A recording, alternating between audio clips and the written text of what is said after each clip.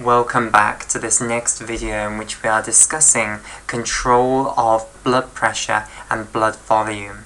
Okay, so in the previous video we concluded our discussion of the models of the cardiovascular system. We started off with a simple model and we took it to a little bit more of a complicated model. Now, what those models I hope have shown you are the importance of maintaining mean arterial pressure, because mean arterial pressure is what controls the amount of blood that is flowing through a certain portion of the microvasculature that perfuses a certain portion of tissue. So the job of the heart really can be summarized as maintaining mean arterial pressure at a constant level. And what we are going to be discussing about for the rest of this video is how do we control blood pressure, which, as I've discussed in the previous video, blood pressure, we will take that to mean mean arterial pressure. So indeed, some people will write blood pressure as BP, and we will take that to mean the same thing as mean arterial pressure. Okay, right, so what we're going to be discussing in this video, the homeostatic responses that we are going to be discussing are feedback mechanisms. We are going to really be discussing feedback control of blood pressure. Now what this means is that blood pressure will change. You'll start off with something that disrupts blood pressure, so blood pressure will either go down or it will go up, and we will then take action. The mechanisms that we are going to study will take action to revert that change and bring us back to a normal mean arterial blood pressure. Okay? What I would just like to discuss right at the start is an example of feed-forward control, because this is not what we're going to discuss in this video. We're just going to be discussing feedback control, but since the video is entitled Control of Blood Pressure, I would at least like to have a line discussing feed-forward control. So a lovely example then of feed-forward control of blood pressure comes when you take exercise. So if you're about to go on a jog, okay, then of course, well, let's say you've just started the jog, then what's going to happen is the body is going to have to the skeletal muscle cells of the body are going to have to increase their work. Okay, so if you're going to do some exercise, the skeletal muscle tissue is going to have to work much harder, and that means that it's going to require a greater blood supply. It's going to require more blood flowing through it. And what's going to therefore happen is the arterioles of the microvasculature networks of the skeletal muscle tissue are going to dilate so that more blood can flow through the skeletal muscle tissue. Now what of course that means overall is that total peripheral resistance goes down. If we've now dilated a whole bunch of arterioles, all of these arterioles in the skeletal muscle tissues that we're going to be actually using, then that means that overall the total peripheral resistance for the flow of blood from the arterial system to the venous system has decreased. So now, thinking about our formula that mean arterial pressure is equal to cardiac output times total peripheral resistance, if we have decreased total peripheral resistance, then that means that if we don't increase cardiac output, mean arterial pressure would fall down according to this formula. The equilibrium level for mean arterial pressure to be would be lower now than normal. And why is that so bad? Well, that means that going back up to the brain, if we look at a microvasculature network up in the brain, it's now going to be seeing a lower mean arterial pressure, so the amount of blood that's going to be flowing through it will drop. Which means that blood perfusion to loads of other tissues in the body will drop, because we now are perfusing our skeletal muscle this greater amount. So what we need to do then is we need to compensate by increasing cardiac output, and indeed that's what's going to happen. So when you start exercising, concurrently with you vasodilating all of the arterioles in the skeletal muscle tissue, you're also going to increase the sympathetic nervous system stimulation to the heart, and you're going to decrease the parasympathetic nervous system stimulation to the heart. Now remember, the sympathetic nervous system stimulation to the heart, what does that do? That raises heart rate, and it also raises the contractility of the cardiomyocytes. Okay, so sympathetic nervous system makes the heart beat faster, and it also makes the cardiomyocytes contract harder. Beating faster means evidently that we will be pushing blood from the venous side into the arterial side more often. Contractility will mean that the stroke volume actually goes up. This will raise the ejection fraction. So both of these things will therefore lead to cardiac output going up. The parasympathetic nervous system, that does the opposite in the heart. That lowers heart rate and lowers contractility. So decreasing parasympathetic stimulation to the heart will also result in an increase in heart rate, okay, and also an increase in contractility. So, in response to exercise, then, we're going to be increasing cardiac output to prevent a fall in blood pressure. So this is feed forward, because the blood pressure does not actually fall. Your blood pressure remains the same because the body has coordinated it fantastically. Even though total peripheral resistance is going down because we're now vasodilating all of these arterioles in the skeletal muscle tissue, we have timed this concurrently with a rise in cardiac output so that overall they balance each other and mean arterial pressure will remain the same. So that's an example of feed-forward control, because it's a control of blood pressure that doesn't actually occur because blood pressure has fallen, whereas all of the responses that we're going to be discussing are feedback control. Blood pressure is going to fall, and then we are going to look at the systems that are in place for bringing it back upwards. Okay, so this is repairing a disaster, basically, whereas this is preventing the disaster from ever occurring. Okay, so what I now want to do then is look at certain examples of how could blood pressure change. Okay, so what could cause blood pressure to change? So blood pressure changes.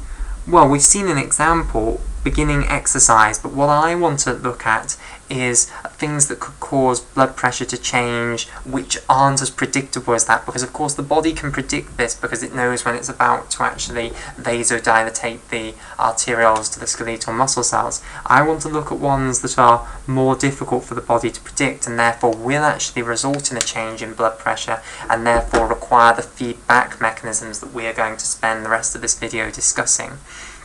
Okay, so first thing then that could cause blood pressure to change, and we're going to be studying both things that could cause blood pressure to go down and also things that could cause blood pressure to go up. So, changes to total peripheral resistance, similarly to what we've just discussed here, okay, but this time I want to talk about things that are less easy for the body to predict. So what could cause a change in total peripheral resistance? Well, of course, this means that the arterioles all over the body are going to have to play up in some way. Okay, so what could cause this? Well, let's start with what could cause total peripheral resistance to go down, and that of course corresponds to vasodilatation, which will allow resistance to go down. Well, an example here is septic shock. So let me just explain what happens in septic shock. So whenever you hear someone referring to shock, shock is a rather terrifying condition. It means that blood pressure plummets down, mean arterial blood pressure plummets down. So shock just means huge drop in mean arterial pressure, a hugely dangerous drop in mean arterial pressure.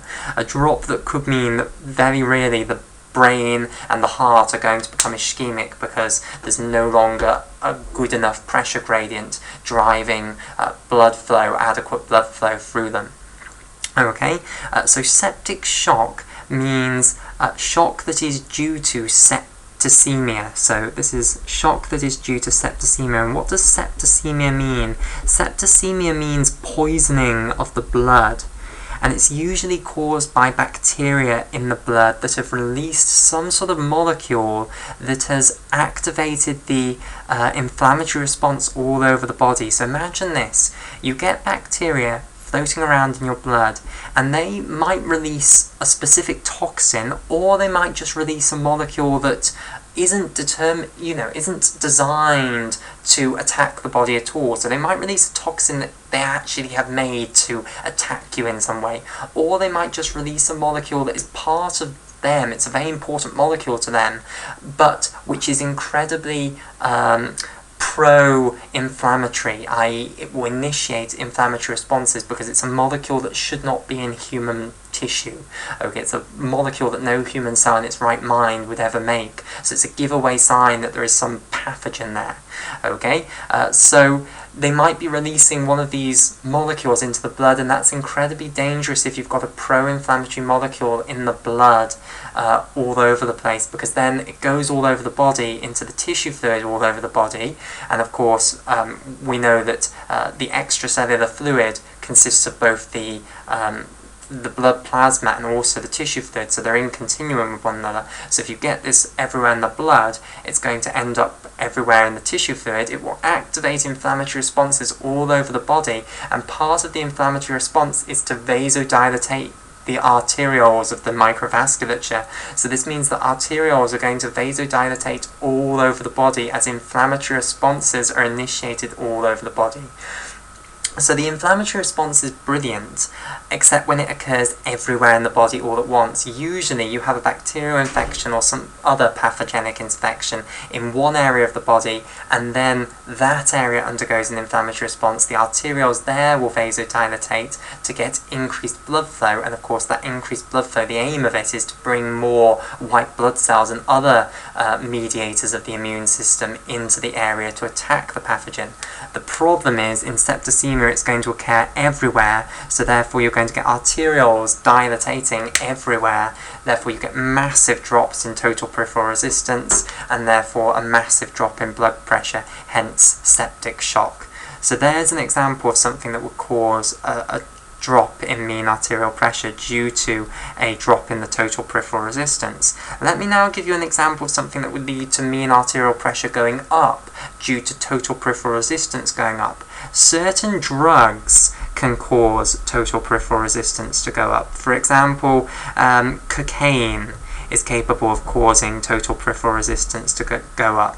Cocaine leads to far too much stimulation of contraction of the vascular smooth muscle cells around arterioles. So vascular smooth muscle cells can be activated to contract by adrenaline and noradrenaline, and cocaine prevents the reuptake of noradrenaline by postganglionic sympathetic neurons, and therefore it potentiates the noradrenergic stimulation of vascular smooth muscle cells. So let me just draw a little picture of this. So if we have our vascular smooth muscle cell here, okay, so this is a VSMC, and I'll just give it a nucleus to make it look more like a cell, and also colour it in red so that it looks like a muscle cell. So here it is, the classic spindle-shaped muscle cell here, and VSMC stands for vascular smooth muscle cell. Okay, so this vascular smooth muscle cell could be around some arteriole, or, anywhere in the body. Okay, any arteriole anywhere in the body. A lot of arterioles have innervation by sympathetic neurons, the postganglionic sympathetic neurons. And these neurons are going to continuously be releasing a little bit of noradrenaline onto them, okay, like so. So they're always releasing a little bit of noradrenaline onto the vascular smooth muscle cells, and this noradrenaline tells the vascular smooth muscle cells to contract. And of course this is a balance. You're always going to have a bit of sympathetic nervous system activation, releasing a bit of noradrenaline onto these vascular smooth muscle cells, and it won't be contracting them down to their fullest extent, but it will be keeping them in a sort of stable condition of contraction. They're not relaxed completely, they're not contracted as much as they can be, but they're sort of in the middle in their normal state.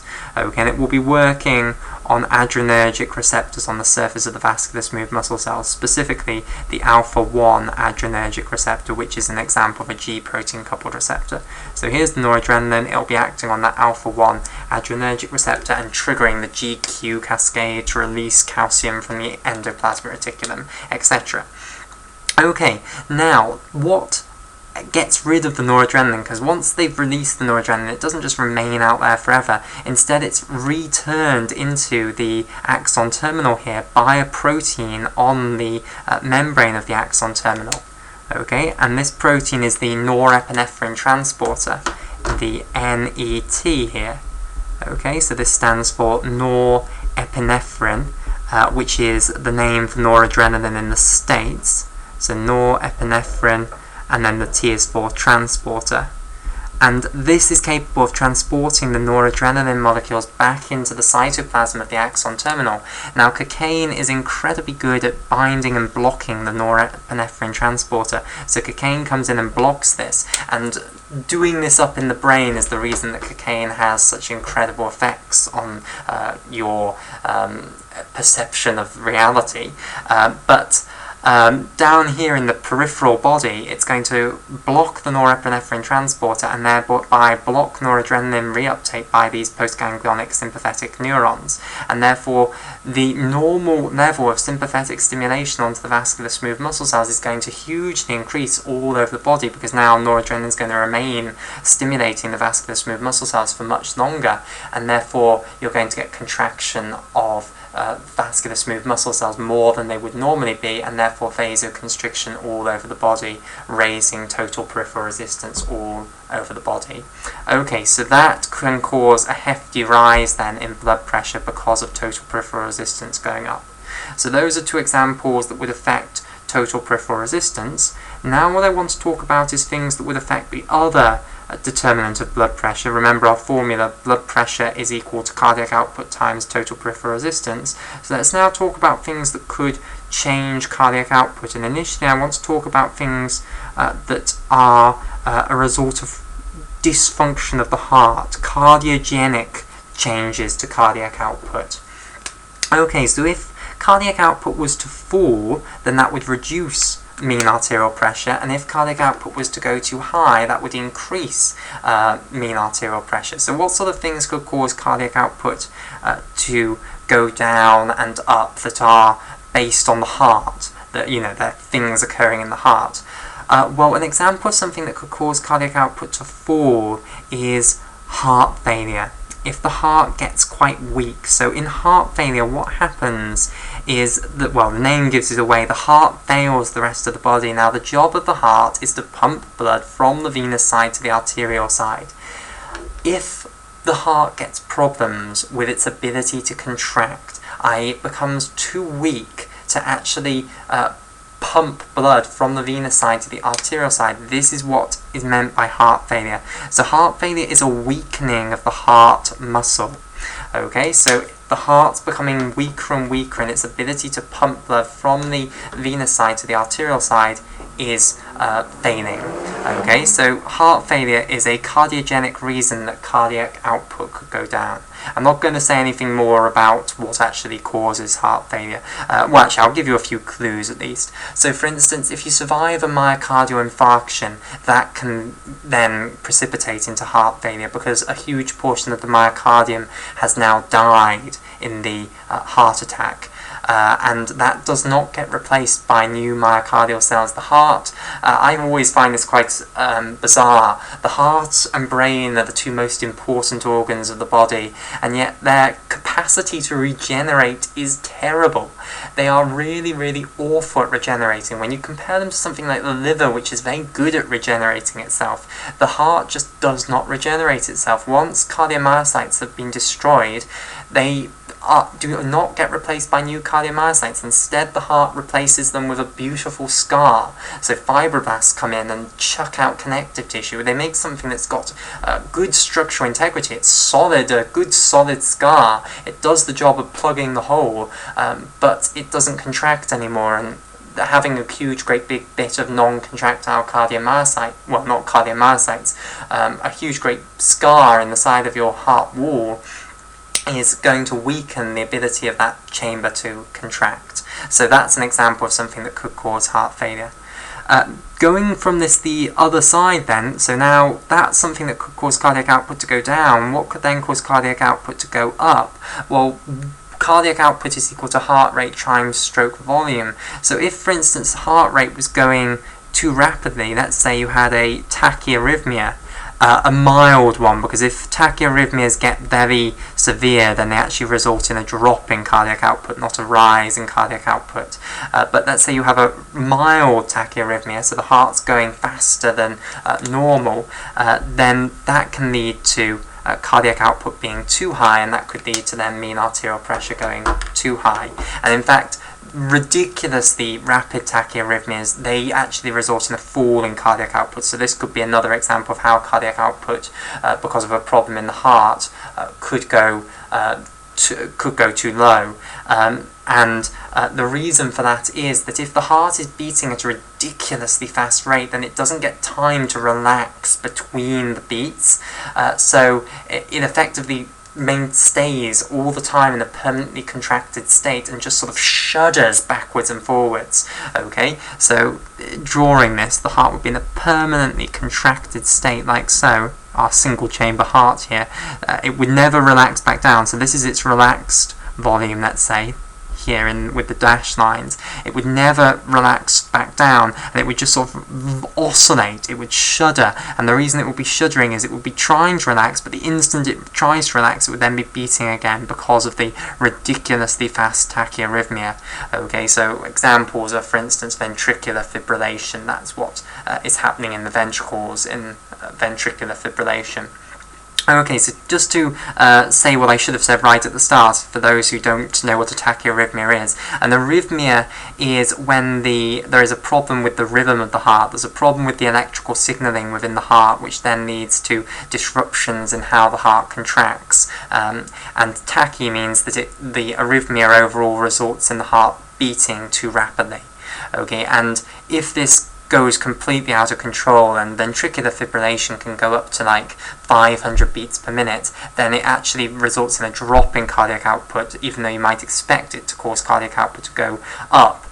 Low tachyarrhythmias, mild tachyarrhythmias, do indeed cause cardiac output to go up, but really severe ones, where it's like up to 500 beats per minute, they result in almost no cardiac output, a state called cardiac arrest, where the heart has actually no longer performing its function of pumping blood from the venous side to the arterial side, and the reason is that it's just not relaxing. It instead is in this permanently contracted state and just shudders when it's trying to relax and instantly gets contracted again. Okay, but mild tachyarrhythmias could cause cardiac output to go up. So a mild tachyarrhythmia is one that's just sort of, over the normal heart rate, and where the heart is going to have time to relax in between beats, and that will therefore result in an increased cardiac output. Okay, so those are cardiogenic reasons that the cardiac output might change. Now let me talk about how blood volume changes would then alter cardiac output and therefore blood pressure. So this is the first little bit of insight that I'm going to give you then about why controlling blood volume is so relevant to controlling blood pressure. Okay, so let's imagine then that blood volume was to go up. Okay, so if blood volume was far too high for some reason, higher than 5 litres, what would that actually cause? Well, where is most of that blood going to end up? It's going to end up in the venous system majorly. Okay, and that means that mean venous pressure is going to end up getting higher. Okay, so if we've now got more blood in the same blood vessels, then they're going to be even more distended than normal, so mean venous pressure is going to go up. If mean venous pressure goes up, then we know what this causes. End diastolic volume goes up, and then by the Frank-Starling law of the heart, that's going to cause contractility to go up, so stroke volume goes up. Okay, and that means that cardiac output is going to go up. So blood volume going up is going to cause cardiac output to go up, and therefore is going to cause mean arterial pressure to go up. So changes in blood volume will cause changes in blood pressure, which is obvious. That's common sense. If you're forcing more blood into the cardiovascular system, then blood pressure is going to rise, but this is the explanation as to why. So if blood volume goes up, mean venous pressure goes up, and therefore mean arterial pressure goes up through the intermediate steps that I've just discussed. Okay? In addition, of course, if blood volume is too low, and I should just give you examples of what could cause blood volume to be far too high. So for instance, if you drink one of those massive things of Coca-Cola, which people are capable of drinking when they go to fast food restaurants, that would cause your extracellular fluid volume to go up.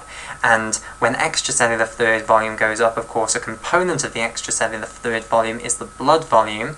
And in fact, I'll just go over this. We will need this later, so we'll talk about this again later. But remember, extracellular fluid, ECF, is made up of two things: the blood plasma and the tissue fluid, which I'll abbreviate down to TF. Tissue fluid is the same as interstitial fluid. It's the fluid that bathes your cells. So I'll just write down what these abbreviations mean. So this is tissue fluid, which is the same thing as interstitial fluid. Okay, the fluid that is bathing cells. Now these two extracellular fluids, plasma and tissue fluid, they are in equilibrium with one another. Okay, so if overall the extracellular fluid goes up, it will lead to tissue fluid and blood volume going up, blood plasma going up.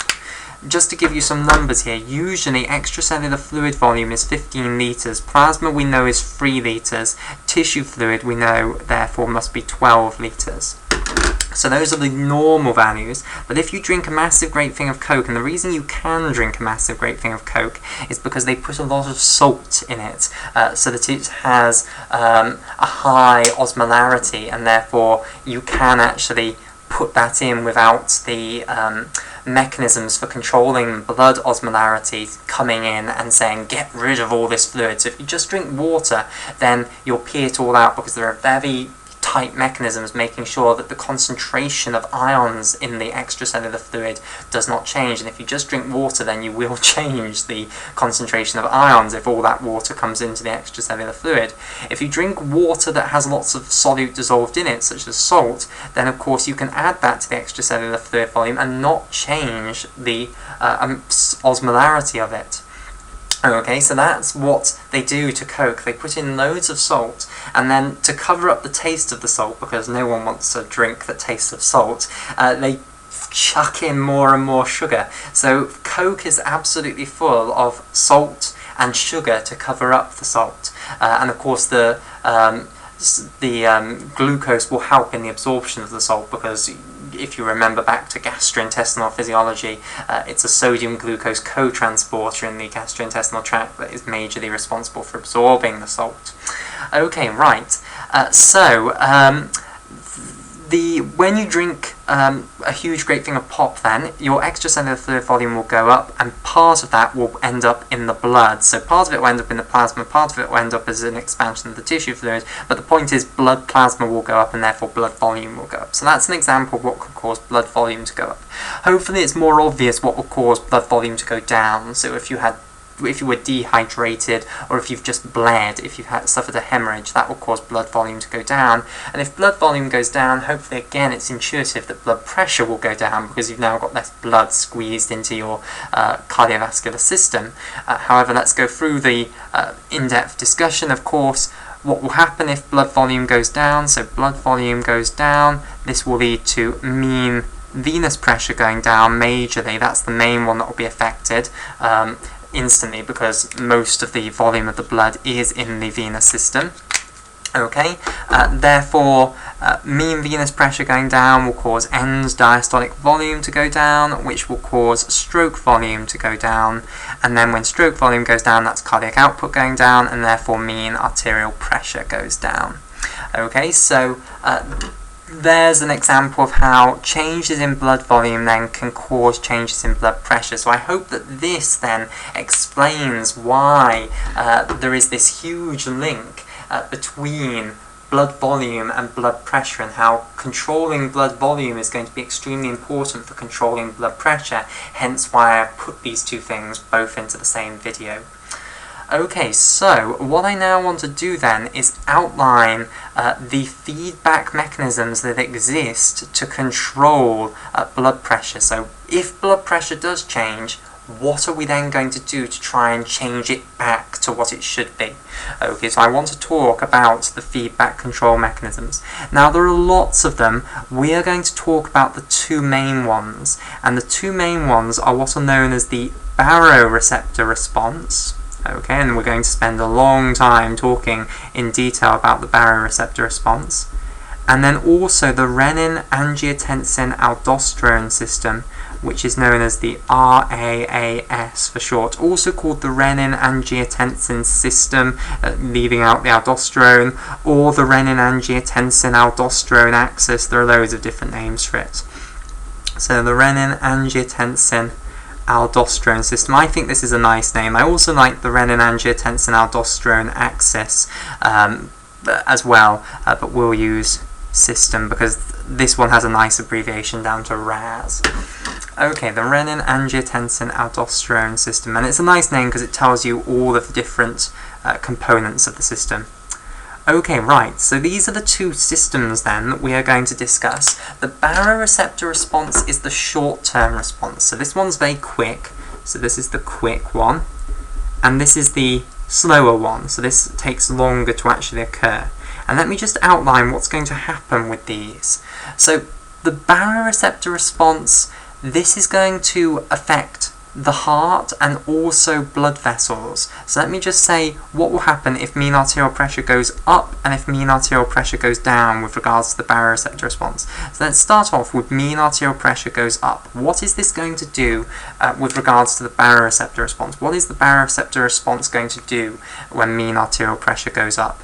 Well, what it's going to do is it's going to decrease sympathetic stimulation to the heart and increase parasympathetic stimulation to the heart, because of course we need to lower cardiac output to bring down mean arterial pressure. So what's going to happen is sympathetic stimulation to the heart, which remember drives cardiac output up, is going to go down, and the parasympathetic nervous system stimulation to the heart is going to go up. So that's the major response to mean arterial pressure going up.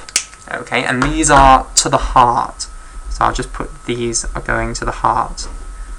In contrast, if mean arterial pressure goes down, then what we're going to do is we're going to raise sympathetic stimulation to the heart and lower parasympathetic nervous system stimulation to the heart to try and bring cardiac output back up. And don't worry, we will be going through this in a lot more detail later on. This is just the broad overview. Okay, so you're going to do the exact opposite as you do here, but then a more major, well, an additional thing that's going to happen if mean arterial pressure goes down is that you're also going to increase sympathetic nerve stimulation to the vascular smooth muscle cells, the VSMCs, okay, and that's going to cause vasoconstriction, and specifically you're going to be vasoconstricting blood vessels, arterioles in areas that it's not imperative that they have a good blood flow. So areas like the skin, the gastrointestinal tract, and the skeletal muscle cells, these can all have their blood flow lessened. What you are not going to do is sacrifice blood flow to the brain, for instance, or to the heart. You're going to decrease blood flow to tissues that can take it, basically, to tissues that it's not essential to have them perfused. So you're going to increase sympathetic stimulation to the vascular smooth muscle cells around arterioles, in the microvasculature, in the skin, in the skeletal muscle, and also in the gastrointestinal tract as well. Of course, you're not going to take their blood flow to nothing, because of course that would lead to a huge amount of damage to these tissues, but you can reduce their blood flow without damaging them. Okay, and obviously if we reduce their blood flow, then that increases total peripheral resistance, and therefore that's going to help bring mean arterial pressure back up.